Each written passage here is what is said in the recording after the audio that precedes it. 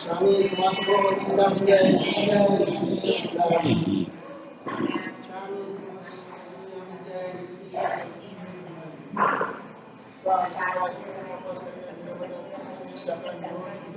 स्वामी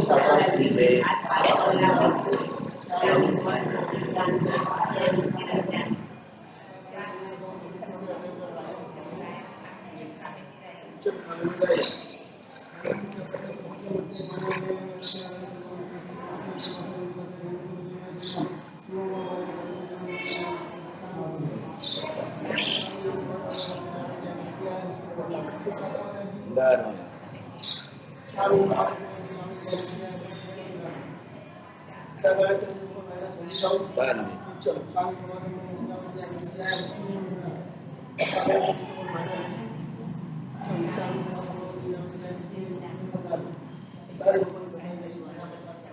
नमो हरिहंताणं नमो सिद्धाणं नमो हरियाणं नमो वध्यायाणं नमो सर्वसाहुणं हे सुबंच नमो कारुं सर्वपावपणासं मंगलाणं च सर्वेशं परमं भवै मंगलम् जय जगजीव जोनि प्रियाणो जगगुरु जगानंदो जगनाहो जगबंधु जय जगत्यानो जय सुयाण प्रभु तीर्थयराणम पश्चिमो जय जय गुरुलोगाणम जय महब्बा कल्याण पाद परम श्रुतगंगा हिमाचलम विश्वाम्बोधरवीं देवं वन्दे अन्यातनन्दनं सर्वारिष्टप्रणशन सर्वाभीष्टार्थदायिने सर्वलब्धिनिधानं श्रीगौतमस्वामिने नमः श्रीधर्मस्वामिने नमः अज्ञानतिमिरान्धानं ज्ञानाञ्जनशलाकया नेत्रमुन्मीलितं येन तस्मै श्रीगुरवे नमः।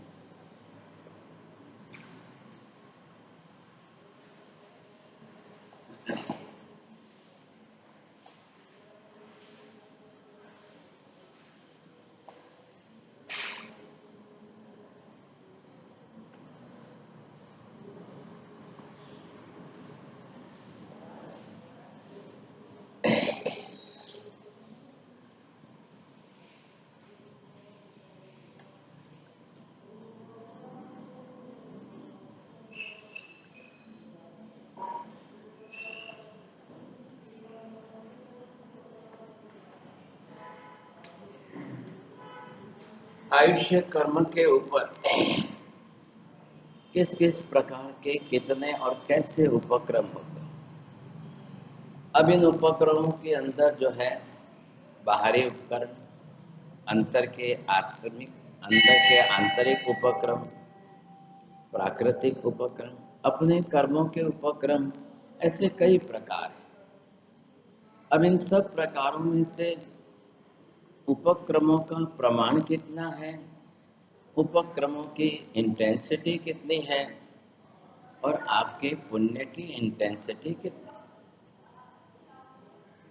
पुण्य के लेयर कितने हैं, कितने प्रकार का कैसा पुण्य जीव ने उपार्जन करके रखा, बरोबर गणित बैठना चाहिए। पुण्य आपका मात्र 50% और उपक्रम 500%, तब बड़े मुश्किल हो जाए। और है कैसा है सोपक्रम आयुष्य। अगर निरुपक्रम आयुष्य होता तो बात ही अलग।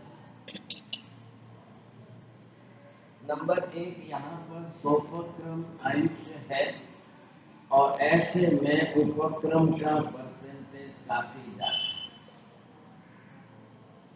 अगर आपका आयुष्य निरुपक्रम कक्षा का होता और उपक्रम कितने भी होते तो कोई असर नहीं होते। आयुष्य ही जब सोपक्रम की कक्षा का है तो कम उपक्रम में भी जो है आयुष्य तो सकता है, दोनों बात। और अगर आयुष्य आपका सोपक्रम की कक्षा का होते हुए अगर काफी ज्यादा उपक्रम आ गए तब आप क्या करोगे? तो बहुत जल्दी टूटने की संभावना बन जाएगी। अगर आपका आयुष्य निरुपक्रम कक्षा का है और कितने भी ज्यादा उपक्रम आ जाए कोई असर नहीं, कुछ भी फर्क।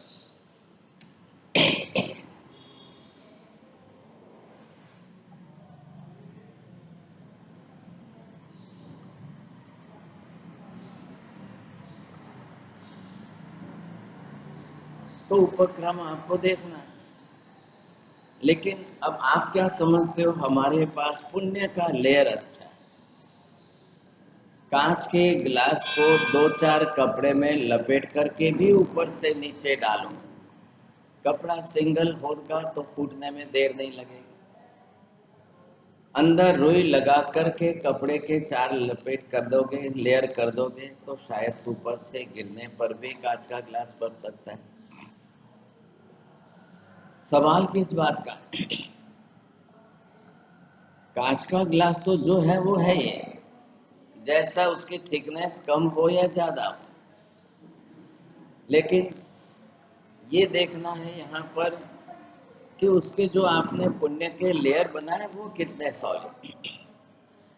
एक कांच जो लेबोरेटरी में यूज होता है ट्यूब के लिए, ग्लास के लिए, उनको जिस तरह से एक्सपेरिमेंट्स करने उसके लिए कई होते हैं, वो कांच कागज के जितना पतला हो। घरों में कोई लोग देखते हैं कि नहीं कांच ज़्यादा जाड़ा रखो, कारण घर में बच्चे हैं सब है, तो लोग पहले ही प्रिकॉशन लेते हैं, भाई घर के अंदर इतना पतला कांच नहीं चलता। अब सबका आयुष्य जिसने जिसने जितने प्रमाण में जैसा बांधा है, सब आयुष्य आप एक इंद्रिय से लेकर 2 इंद्रिय, 3 इंद्रिय, 4 इंद्रिय, 5 इंद्रिय, सबके आयुष्य की बात। खाली एक पेड़ सामने देखते रहिए, वट वृक्ष, पीपल का पेड़, पत्ते तो जो है वो है, संख्या तो है। अब इतने सब पत्तों में से किसका, कौन सा पत्ता, किसका आयुष्य अलग अलग है? पहले नंबर 1 क्या समझेंगे, एक पेड़ के अंदर सब जीव अलग अलग, जड़ का जीव अलग है, बीज का जीव अलग है, ट्रंक का जीव अलग है, डालियों का जीव अलग है, सब ब्रांचेस का जीव अलग है, जिसको टहनियाँ कहते हैं, फूफल कहते हैं, उसके जीव अलग हैं। एक एक पत्ते का सबका जीव अलग है, एक एक फूल का सबका जीव अलग है, एक एक फल का सबका जीव अलग है। एक पेड़ मतलब असंख्य जीवों का पिंड हो गया। प्रत्येक वनस्पति काय के पेड़ है। साधारण वनस्पति काय के पेड़ कैक्टस है, एलोवेरा है, थोर बड़े बड़े है, जो भी है वो भी है तो साधारण वनस्पति का। इसमें प्रत्येक वनस्पति काय का पेड़ होते हुए एक एक के स्वतंत्र जीव एक शरीर में, फिर भी असंख्य जीवों का पिंड है, तो वहां तो साधारण में तो अनंत जीवों का, लेकिन एक एक प्रत्येक का सबका अपना अपना आयुष्य है। सभी जीव स्वतंत्र है, सबका अपना अपना आयुष्य स्वतंत्र है, सबको अपने अपने हिसाब से जीवन जीना। कई बार आपने देखा है ऐसे पेड़ दीवालों में निकल जाते हैं। अब दीवालों की दरार के अंदर कबूतर बैठकर वहां उसकी टीट होती है, उसमें से एक पेड़ तैयार हो जाता है। लेकिन अब उसको जो है पानी मिलेगा कहां से? लेकिन जीव है तो औदारिक वर्गणा ग्रहण करना अनिवार्य। तो जो एटमॉस्फेयर की मॉइस्चर इफेक्ट है वो लेकर के भी पनपते रहे। इतनी तेज गर्मियों के दिनों में आप देखोगे कि घर की दीवारों में एक जो है पीपल का पेड़ उगता है। अब उसको पानी मिलने का चांस कहाँ है? 2-3 महीने की गर्मी बीत जाएगी लेकिन एक एक पत्ता हरा भरा रहता है। क्यों रहता है? जीव है। अब जीव है तो वो मॉइस्चर इफेक्ट में से रात भर में जितना पानी पी लेगा, एब्जॉर्ब कर लेगा, दिन के धूप के अंदर तो बाष्पीभवन होना ही होना। और एक पीपल के पेड़ को देखिए, हजारों लाखों की संख्या में पत्ते हैं, इसका आयुष्य पूरा होगा, बुढ़ापा आएगा, पेड़ पर पीला पड़ता जाएगा, फिर नीचे गिर जाएगा, आयुष्य पूरा हो गया, वो चला गया, अब जो है खाली उसका कलेवर बचा है। तो नियम तो यह है कि संसार के अनंत जीव, प्रत्येक जीव जो है वो आयुष्य कर्म अवश्य बने। शरीर है, शरीर आया तो आयुष्य कर्म अनिवार्य। शरीर आया तो इस शरीर में जीव को कितने बरस तक टिकाना है, ये उसका आयुष्य का काम है। तो अब ये आयुष्य कर्म चलेगा वहां तक वो उस शरीर में टिकेगा। अब संसार के समस्त जीवों में सबसे कीमती आयुष्य या कीमती भाव जो है वो मनुष्य का है। मनुष्य संगनी पंचेंद्रिय पर्याप्त प्राणी है, और किसका धर्म जिसको मिला है, कर्म क्षय कारक धर्म जिसको मिला है, उसका आयुष्य इतना कीमती है, बाकी सबका नहीं है। इतना कीमती आयुष्य, इतना ऊंचा आयुष्य, अब ये लेकर के कोई जीवन जी रहा है, क्यों कीमती है? आपके पास 80, 90, 100 का आयुष्य है और लाखों भवों के कर्म आज इस जन्म में भी आप खपा सकते। कई जन्मों के कर्म आज इस कर्म में आप खपा सकते। ये विशेषता है। अगर ध्यान नहीं रखे लोग, इस आयुष्य को भी आप निरर्थक गंवा दो और ये भी हाथ से चला जाए तो मुश्किल हो जाए। ये बात सब ऐसी स्थिति के अंदर अब आपको क्या देखना है? आयुष्य सबका सोपक्रम की जात का है। इधर देखिए नियम क्या है? સોપક્રમનું આયુષ્ય બદલાઈને નિરૂપક્રમ થતું નથી, નિરૂપક્રમનું બદલાઈને ક્યારે સોપક્રમ થતું નથી।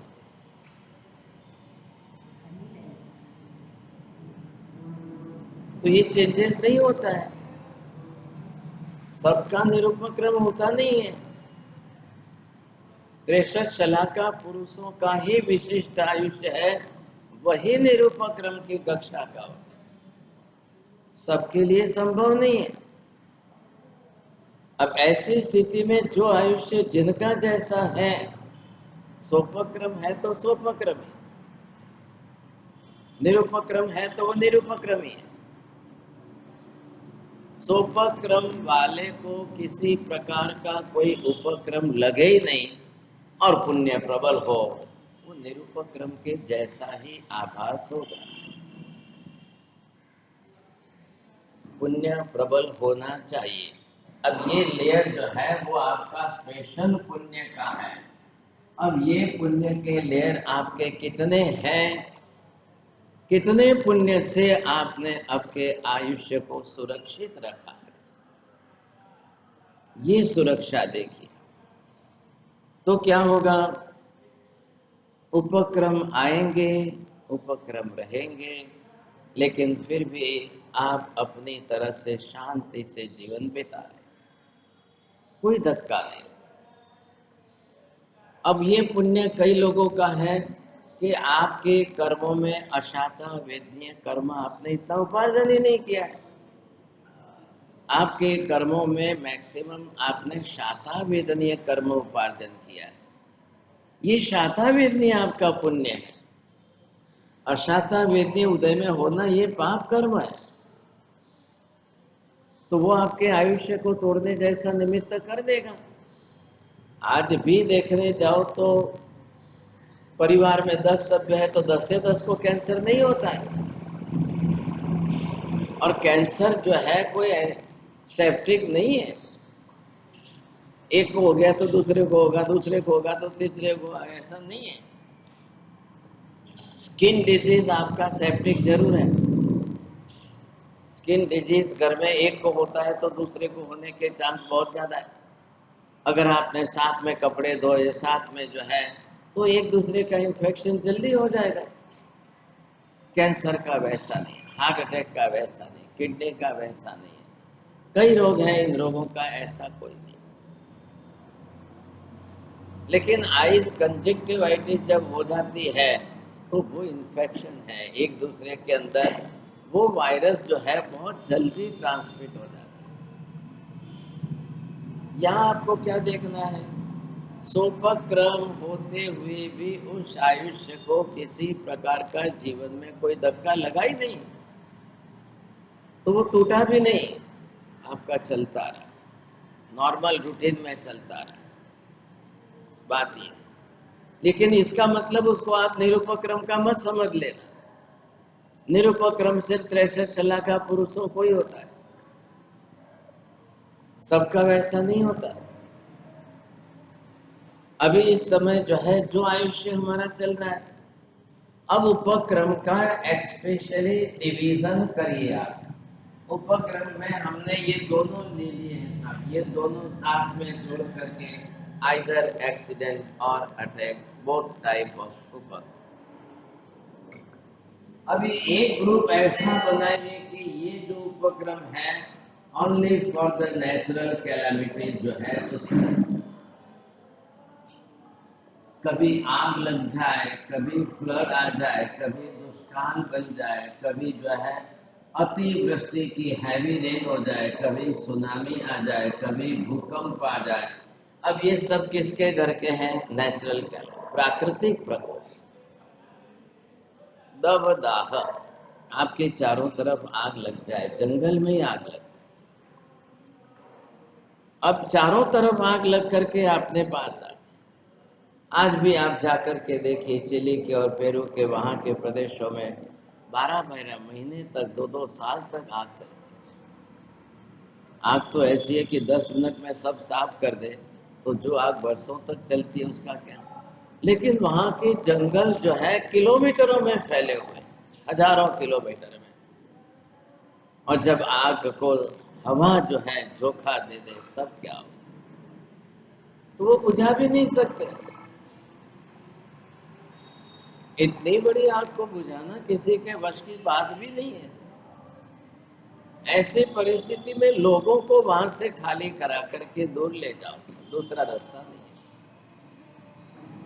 कल्प सूत्र में आपने बात सुनी पहले ही व्याख्यान के अंदर कि जिस समय चारों तरफ आग लग गई तो हाथी ने ऐसी जगह ढूंढ ले कि जहाँ कर कोई पेड़ पौधे पत्ता ही ना हो। जो दो चार थोड़े बहुत थे तो उसको हाथी ने फटाफट सूंड से निकाल करके बाहर कर दिया। हाथी ने करीब करीब 2-4 किलोमीटर का स्क्वायर एरिया जो था वो अंदर से साफ कर दिया। आग भी एक इंद्रिय का देव का एक जीव है, उसको भी आहार चाहिए। कपड़ा मिलेगा तो कपड़ा खाएगा, घी मिलेगा तो घी खाएगा, पेट्रोल डीजल मिलेगा तो भी चलेगा। अब जो उसको खाने को मिलेगा वो खा करके ही जीवन जिए।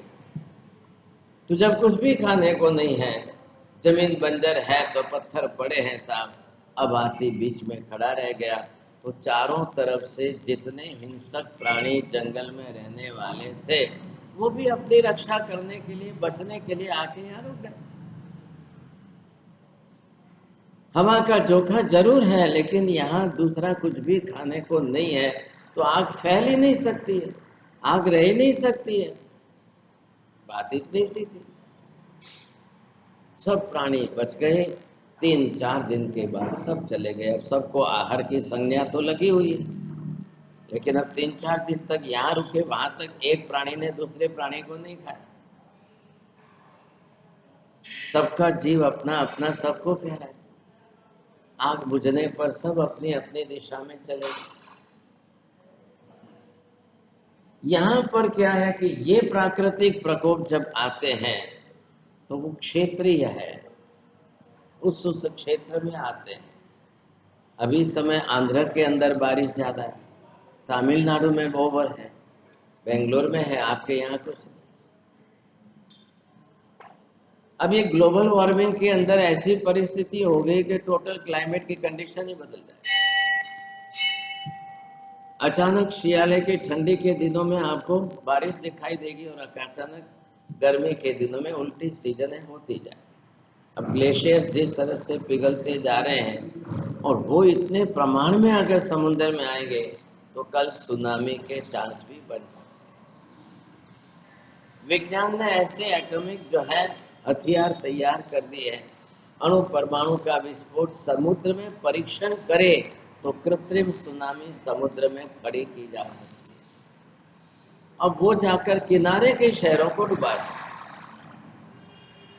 ये परिस्थितियां बहुत सामान्य।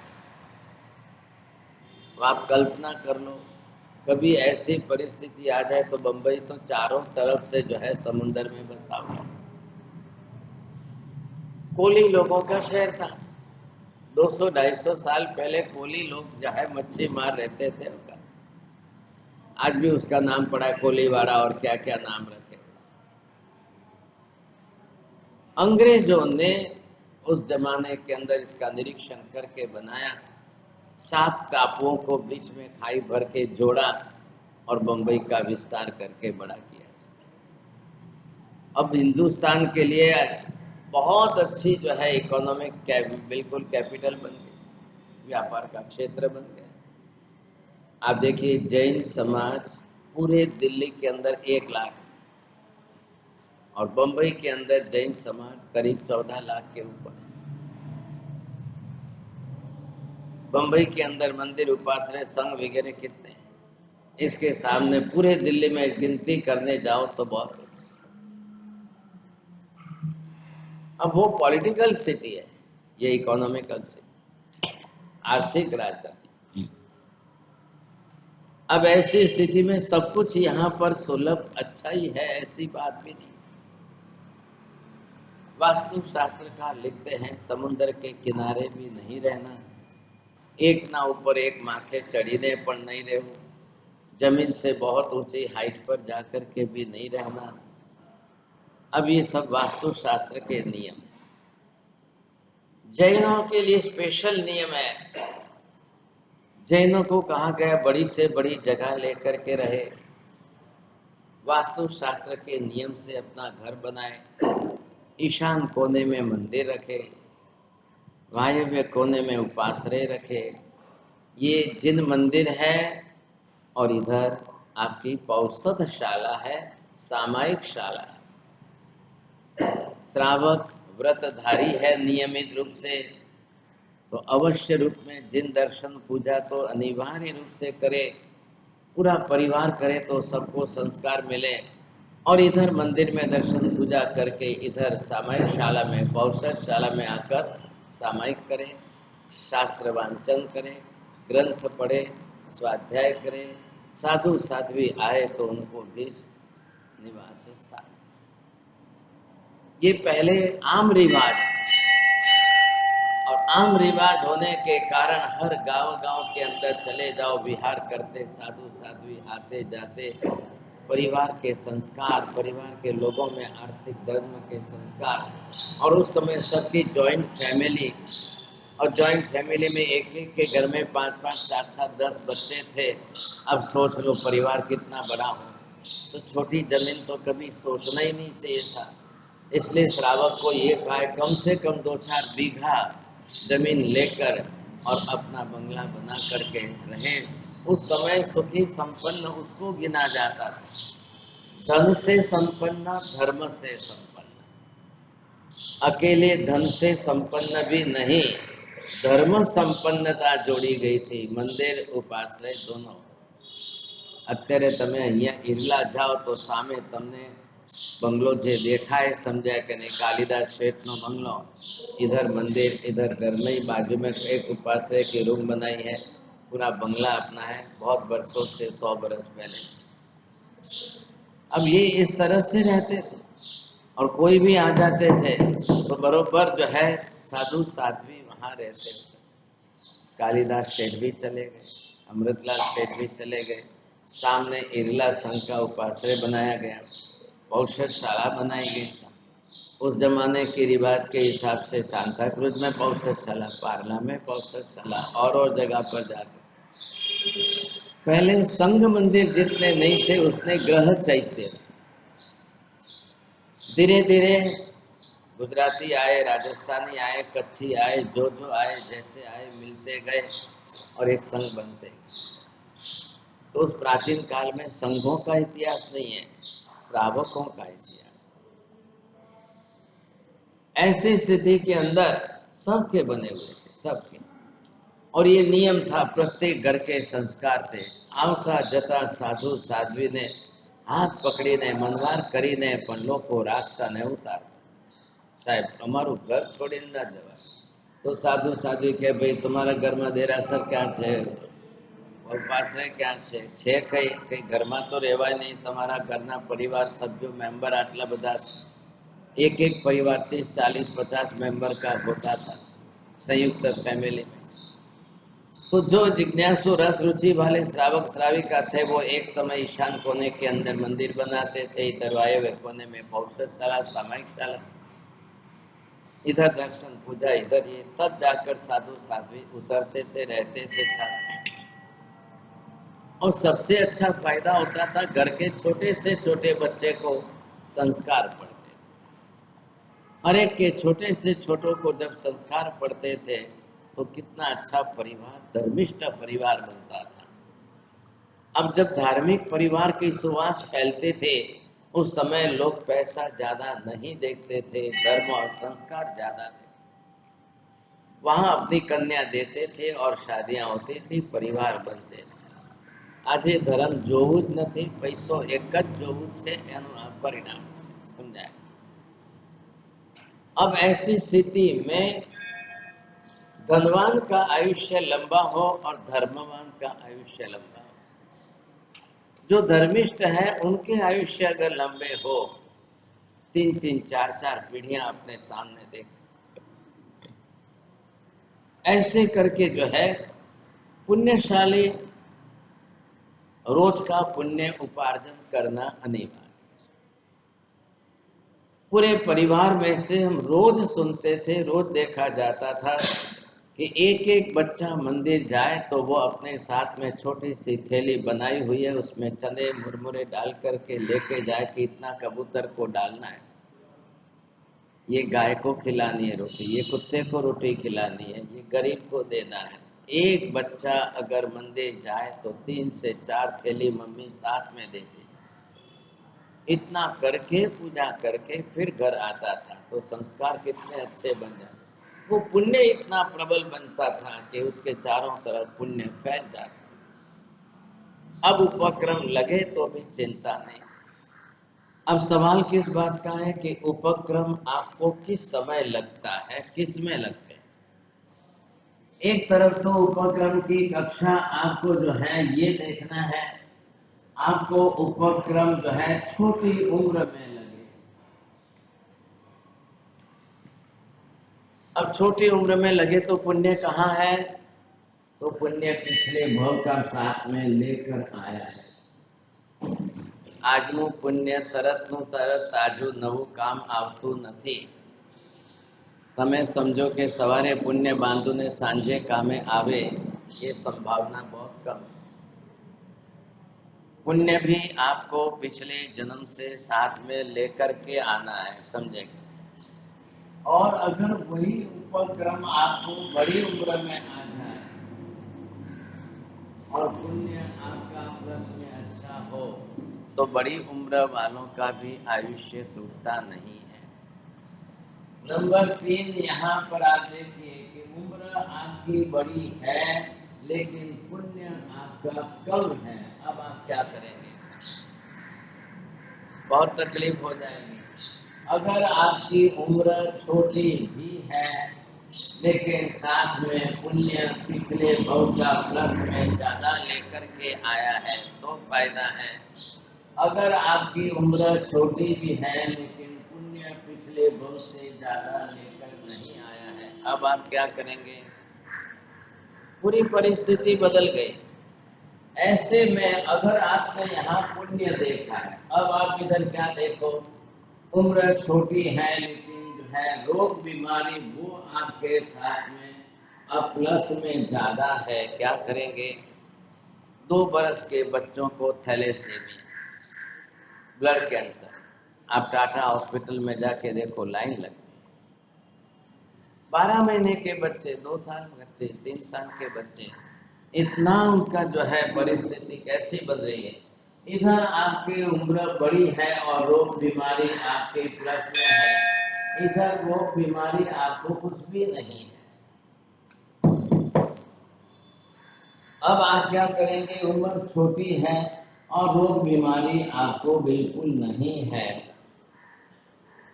प्लस पॉइंट कौन सा है वो आपको समझना है साहब। अगर उम्र आपकी छोटी है और आपको रोग बीमारियां अगर ज्यादा हो जाए तब आपके लिए तकलीफ हो जाए।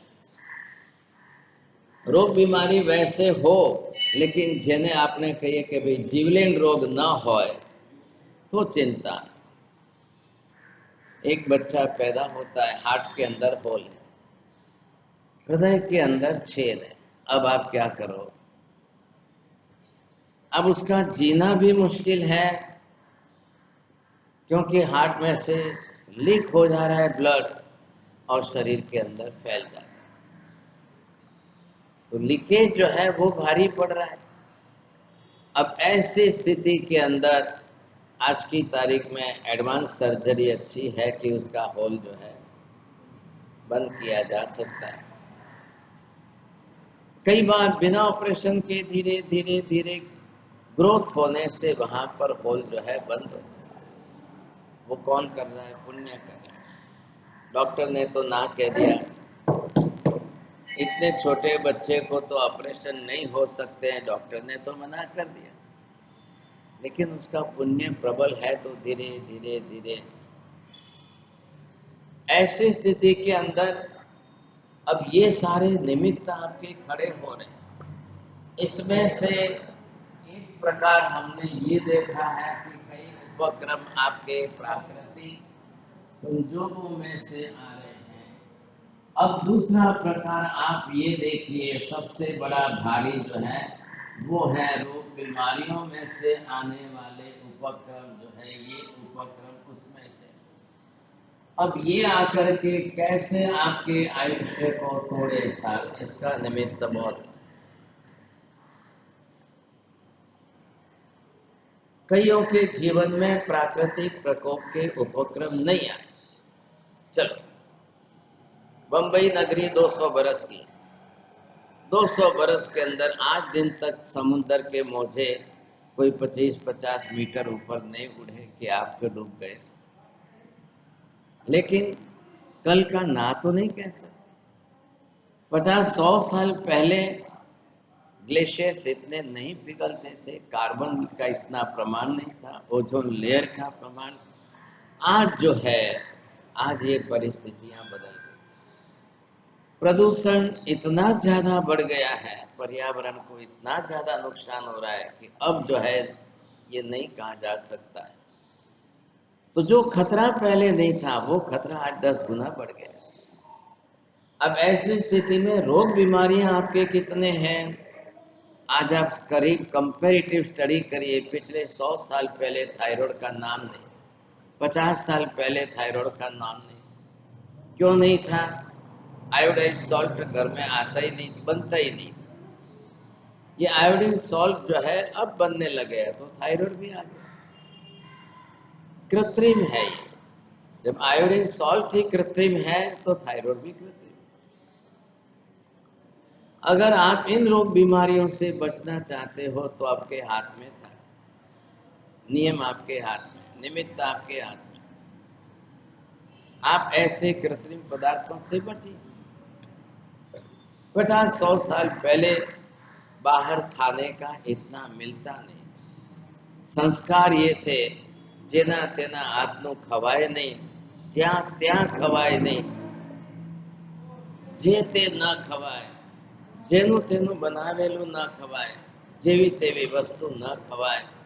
घरों में खाने का इतना सुलभ था और शुद्ध सात्विक आहार इतना अच्छा था कि आज देखिए 50-100 साल पहले इतनी बीमारी ही नहीं।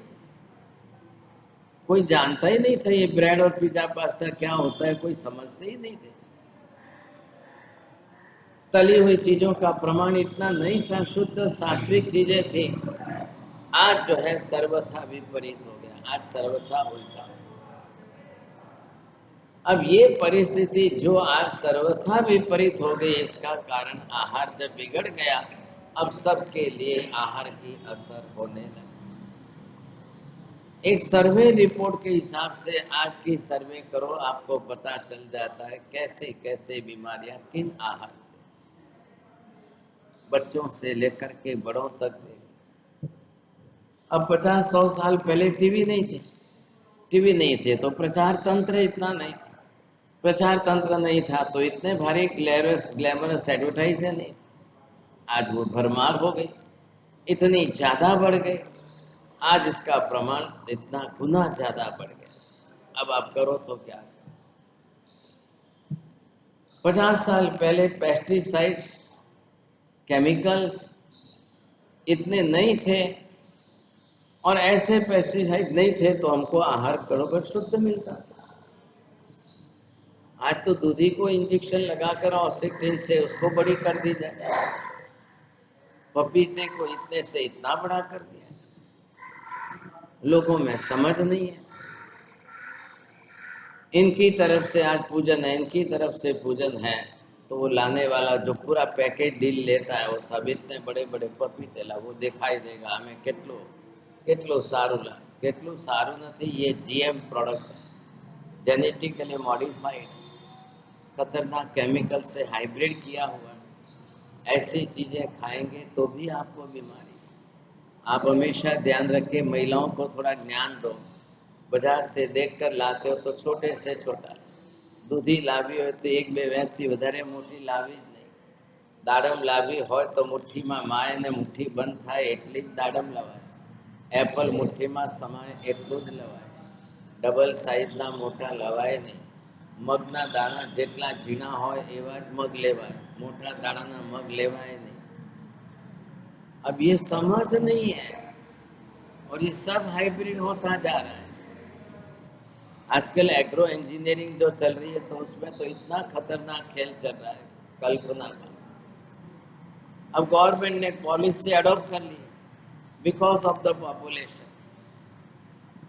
137 करोड़ की पॉपुलेशन है। गवर्नमेंट ये सोच रही है कि भाई हमको तो सबको खाने के लिए तो देना ही पड़ेगा। अब इसका परिणाम ये आएगा कि इतना जो है खाना पीना आपका केमिकलाइज होता है, ओवर होता है। अभी गवर्नमेंट जो है किसानों को ही दे रही है सब्सिडी, आप भी तैयार करो, प्रोडक्शन भी करो और बना करके पैकेट सीधे बेच दो। किसान अपने खेत में ही पैकेट तैयार करके बाहर बेचेगा। अब सोच लो आप, एक टोमेटो का केचप जो है वो बनाएगा तो वो अपने यहाँ कितने over pesticide, 25 to 30% pesticide government के रूल से उसको जो है परमिशन है। ચોકલેટોની અંદર કાકા કોકરોચ જે છે 15 થી 70% સુધી પરમિશેબલ છે। अब आप तो सोच ही नहीं सकते, अब ये कोई भी चॉकलेट लाओ आप, तो ये परिस्थिति आ गई। तो कल क्या होगा? कल जब ये परिस्थितियां निर्माण हो जाएगी तब लोग क्या करेंगे, कैसे करेंगे? अब ये समझ नहीं है। अब परिणाम ये आएगा कि इतने प्रमाण में अगर पेस्टिसाइड्स केमिकल्स बॉडी में जाएंगे तो शरीर सशक्त नहीं बनेगा, अशक्त ही रहेगा। अशक्ति भी आपका एक रोग है और ये अशक्ति कमजोरी जो है ये भी जाकर के आपके आयुष्य को धक्का लगा सकते। आयुष्यने तोड़वाना घणा कारणों अंदर एक सौथी मोटो कारण बनी जाए। शरीर इतना अशक्त है कि चल नहीं सकते हैं। आप दिन प्रतिदिन देखें અને નવાઈ તો એ વાતની છે કે ખાવાનું પ્રમાણ વધે છે, ખાવાનું પ્રમાણ 4 ગણું હોવા છતાં અશક્તિનું પ્રમાણ 10 ગણું છે। क्यों? कि जो खा रहे हैं उसी में कोई एनर्जेटिक वस्तु नहीं, जो खा रहे हैं उसमें आपको शक्तिशाली वस्तु नहीं दिखाई दे रही। बिल्कुल सत्वहीन और तत्वहीन ऐसे पदार्थ 10 गुने ज्यादा खाओ तो भी नुकसान है, और सत्व वाले पदार्थ सिर्फ थोड़े से भी खाओ तो शरीर के लिए उपयोगी है। ये दोनों तरफ की बात। लेकिन अब क्या करेंगे आप? कई लोगों को बोलते हैं तो बोले ना साहब હવે आके तलेलू छूटे देंगे, હવે એટલા મોટા પ્રમાણમાં ખવાય છે। भावनगर के अंदर गांठिया फाफड़ा बनाने वाली फैक्ट्री टनो बंद जो है वॉशिंग सोडा खरीदती है। જે ગાંઠિયા ફાફડામાં ટનો બંધ આવી રહ્યા છે, લોકો ખાઈ રહ્યા છે, એટલે લોકોની કિડનીઓ ફેલ થવાની છે ને કિડનીના ક્રિએટિના વધીને જે છે કિડનીઓ ફેલ થવાની શક્યતા વધે। लेकिन सामने लोग खाना छोड़ने को तैयार। अब आप कल्पना कर लो कि प्रतिदिन एक दिन का 5 लाख किलो सिर्फ भावनगर से अगर गांठिया फाफड़ा ये बसों ट्रांसपोर्टों के आधार पर बम्बई आ रहा है। एक जगह से खाली एक भावनगर से नवसारी थी केटलू आवे छे ने चारे बाजू थी केटलू आवे અને અહીંયા ગલી ગલીએ નાકા નાકા ઉપર ઊભા રહીને બનાવનારા કેટલા, તો એક મુંબઈની અંદર વસ્તી 2.5 કરોડની છે, એમાં રોજનું એક દિવસ તો ખાલી ગાંઠિયા ફાફડા ખાવાનું પ્રમાણ કે। अब आप सोच लो शरीर का क्या होगा? बोन्स की डेंसिटी घटती जाएगी, ऑस्टियोस्पोराइसिस बढ़ता जाएगा, पोरोसिटी आपकी और खत्म हो जाएगी। अगर बोन्स की डेंसिटी घट गई तो शरीर के अंदर जब भी गिरोगे या कुछ भी होगा तो आपका फ्रैक्चर होने के चांस बढ़ जाए। अब ऐसी स्थिति में क्या करेंगे? करोगे तो क्या करोगे? एक तरफ से अगर कोई पूर्व भाग कर्म, अब कर्म का उदय आपका किस प्रकार का कैसा है, किन कर्मों के कारण कैसे उपक्रम आ सकते हैं, इनके अंदर कसायों के कर्म है, रागद्वेष के कर्म है, मोहनीय कर्म की प्रकृतियां हैं। अब किन कर्मों के तीव्र उदय से भी आयुष्य को धक्का लग सकता। लड़ने झगड़ने वाले, मारामारी करने वाले लोग बहुत, एक दूसरे को मारने की भाषा का उपयोग करने वाले बहुत, कृष्ण लेश्या वाले, रौद्र ध्यान की परिणति वाले हैं, तो वो कसाय भाव में आकर मरने मारने की बात करते रहे। क्या होगा सोच लो आप। आयुष्य होते हुए भी अब न तो पुण्य है साथ में और ऐसे उपक्रम निमित्त ज्यादा बन गए। अब इधर आप ये देखेंगे कि बाहर के साधन वाहन जो जिसको आप बोलते हो, अभी एक्सीडेंटल के रूप में आयुष्य को तोड़ने के निमित्त, अब वो आयुष्य को जब तोड़ने बैठे, इतनी बड़ी बस हो, ट्रेन हो, गाड़ियां हो, कार हो, बाइक हो, एक बाइक जिसको बटन दबाते आप सीधे 300 की स्पीड पकड़ती हो तो भाई साहब फिर तो अंदर बैठने वाला जो है बचना मुश्किल। ऐसी स्थिति के अंदर अब कई चीजें हैं, साधन वाहन है, ये आज की मशीनरी जो है कई बार ऐसे निमित्त आपके आयुष्य को तोड़ने के कारण बनते हैं। इधर इसके साथ जुड़ जाता है शस्त्राघात जो है, कई बार ऐसे शस्त्रों का उपयोग होता है, हथियार वगैरह हैं, कई बार ऐसे निमित्त बन जाते हैं। घर के अंदर बाप दादा की समय की बंदूकें पड़ी हुई थी, बच्चों ने खिलौने के रूप में हाथ में उठाई और घोड़ा दबाया और सामने बाप खड़े थे और सीधी गोली लगी। न बाप ने कुछ कहा न किसी ने कुछ कहा, ऐसे ही समझ लिया कि भाई पड़ी है, कोई गोली तो है नहीं अंदर, खिलौने की तरह से बच्चे खेलते हैं, लेकिन एक के अंदर गोली थी और वो के हाथ दबाई और योगानुयोग सामने बाप खड़े थे, सीधे लग गई खेल कर। हमारे यहाँ तो जैन समाज है इसलिए हथियार रखते ही नहीं है, हथियार रखना वर्ज्य है, लेकिन आज की तारीख में अफगानिस्तान में चले जाओ तो रास्ते पर हथियार जो है શાકભાજી की तरह बिक रहे हैं। અહીંયા તમને ફેરિયાવાળા રસ્તામાં જે છે શાકભાજી વેચતા દેખાય, ત્યાં તમને હથિયાર વેચતા खुले आम। हिंसक प्रजा है तो आज मुसलमानों के घर घर में हथियार है, सिंधी सिख लोगों के घर में हथियार है, मराठा लोग जो क्षत्रिय हैं वो लोग हथियार रखते हैं, बचा कौन, खाली एक जैन समाज बचा। ऐसी स्थिति के अंदर उन लोगों के घरों में जाओ तो हथियार देखो, जैनों के घर में जाओ तो दागिने, कपड़े और पैसा देखो। अब पैसा क्या काम आता है, एक आदमी खाली खिलौने की पुस्तक आपके सामने पिस्तौल खड़ी कर दे तो भी आप लोग डर के बात, क्या पैसा का, खिलौने के पिस्तौल ले ले। अब कई बार ऐसे निमित्त आते हैं कि जहां मानसिक संताप जो है वो स्वयं आत्महत्या करना चाहता है, एंजाइटी ओवर है, स्लीपलेसनेस है, घर के अंदर चिंता का वातावरण है, एक साथ में 1-2 करोड़ का नुकसान भी हो गया और ये सहन कम होता है, घर के दुख सहन न कर पाने के कारण, या जिसको लव अफेयर्स बोलते हो, शादी नहीं हुई और टूट गई, ऐसे में उसकी बुद्धि उल्टी चलती है, वो स्वयं आत्महत्या करना चाहता। रोज हो रहा है, रोज पूरी दुनिया के अंदर एक दिन खाली नहीं जाता है कि जिस दिन कोई आत्महत्या न करे। आत्महत्या करने के निमित्त अगर इतने ज्यादा बढ़ते जाए, जहां वॉचमैन खड़े रखे हैं, बंदूकधारी पुलिस सीआरपी खड़ी रखी है, यहाँ कोई आत्महत्या नहीं होनी चाहिए, फिर भी लोग आके उसको लाख रिश्वत देते हैं, तू लेने भाई 10,000 मरवा दे, तारा बाप को सो जाए। अब क्या बोलना, तो ये भी आपके लिए कारण बन जाता है। शक्ति, संपत्ति, धन, ऐश्वर्य सब कुछ साथ में अच्छा होने के बावजूद ये हो रहा है।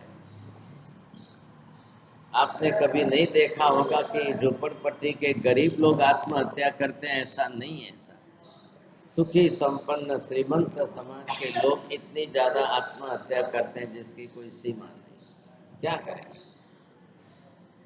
अब ये इतने सारे कारण हैं, इतने सारे कारणों के बीच में जब आप कई बार एक ऐसे इमोशनल लेवल पर आ जाते हो, तब उसके अंदर आपकी भावुकता भी इतनी बढ़ जाती है। कोई भी निमित्त अप्रैल फुल बनाने के निमित्त को लेकर हो गए, आप इतने ओवर इमोशनल लेवल के हो कि आप अपनी भावुकता में एक महिला बेचारी वृद्धावस्था में एक बेटे के सहारे जीवन जी रही है। आप सोच लो सर, अब बेटे को कुछ हो जाए तो भी माँ जो है वो चिंताग्रस्त बन जाती है। अब ऐसे सब निमित्त हैं, सबके कारण, कितने कारण जो है वो यहाँ आकर के आपके आयुष्य को धक्का लगा दे। कल आपका आयुष्य टूट जाए। पुण्य आपका न हो तो जल्दी टूटे, पुण्य हो लेकिन परसेंटेज में कम हो तो और ज़्यादा टाइम, लेकिन टूटने के चांस काफ़ी ज़्यादा बढ़ जाए। अब आप करो तो क्या करो, सोच लो। आप करो तो कैसे करो, किस परिस्थिति में क्या करो। ये ऐसे निमित्त बनते हैं, ऐसे निमित्त बनते हैं कल्पना बाहर, बिल्कुल कल्पना बाहर। अब हो को आपका आयुष्य कितना भी सॉलिड, अब है अंदर तो गैस ही है, अंदर क्या है, अब उसको संभाल करके सुरक्षित तो रखना है। कार्बन वर्गणाना भूतगल परमाणुओं जत्थो છે। આ દલિકો તરીકે ઓળખાયા છે। હવે એમને ભેગા કરીને અંદર રાખવાના છે અને સુરક્ષિત રાખવાના છે, સાચવીને રાખવાના છે। अब आप इतने सुरक्षित, इतने संभाल कर सुरक्षित रखो कि कैसे भी करके ये आपके जो दलिक बिखर गए।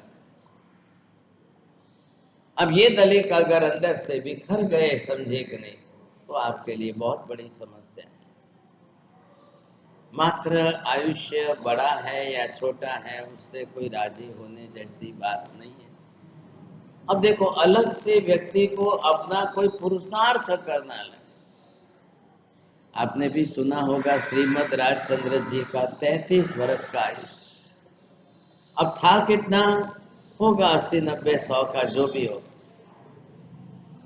टीबी का रोग उनको इतना बड़ा भारी था, इतने वर्षों से था, ज्यादा जी नहीं सके, सिर्फ 33 वर्ष में चले गए। आज कोई नहीं जानता है ये रहस्य, लेकिन टीबी के कारण वो खुद समझ चुके थे मारी मृत्यु नजीक है। अब ये टीबी कोई मुझे ठीक होने जैसी कोई संभावना नहीं। एक एक हाड़का ने पांसला बद्धा एमना देखा था, लेकिन सबसे अच्छा एक ही था कि वो अध्यात्म की दिशा में मुड़ चुके थे।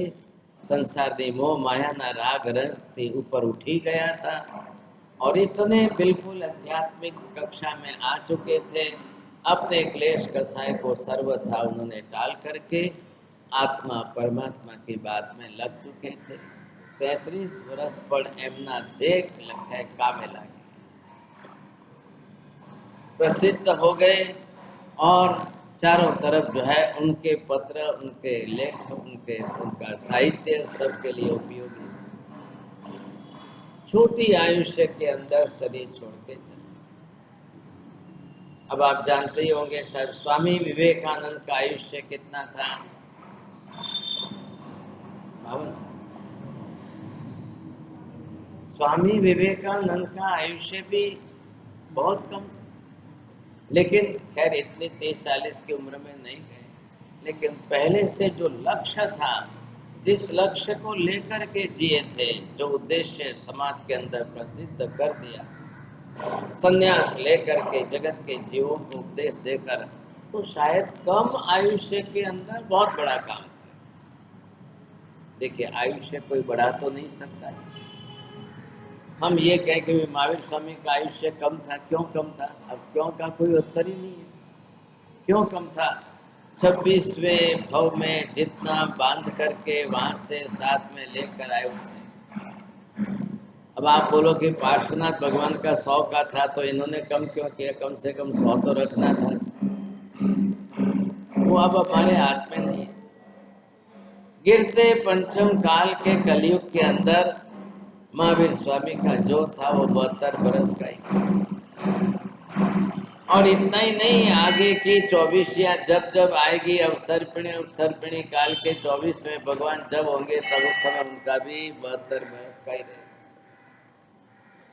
उस हिसाब से आयुष्य उनके बनेंगे और रहेंगे। लेकिन एक है विशेषता, तीर्थंकर के रूप में होने से विशिष्ट शलाका पुरुषों में आने के कारण आयुष्य टूटता नहीं है।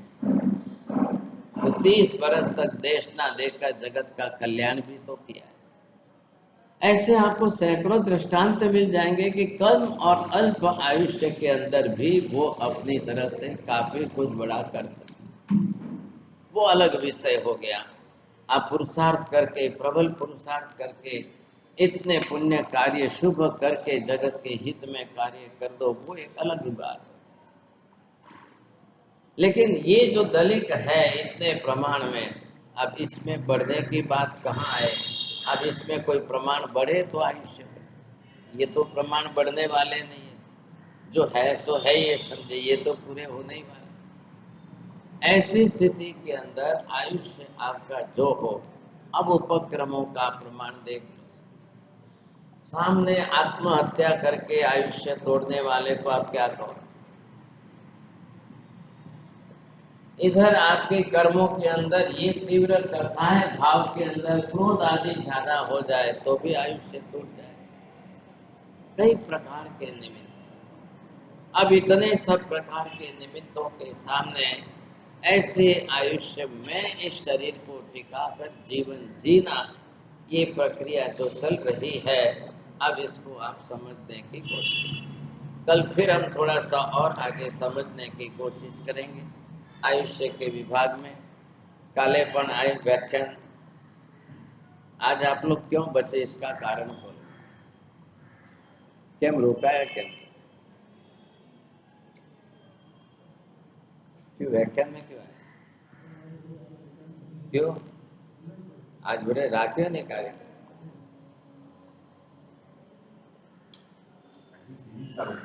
तुम्हारे सुन लिया।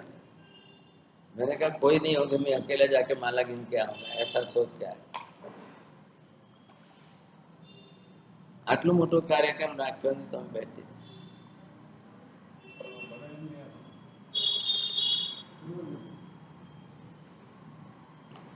Kami kemako yang menjadi sekiranya. Kami kemako yang menjadi sekiranya. Sekarang kita percaya kepada nama Tuhan yang akan menjadi. Kami kemako yang menjadi sekiranya.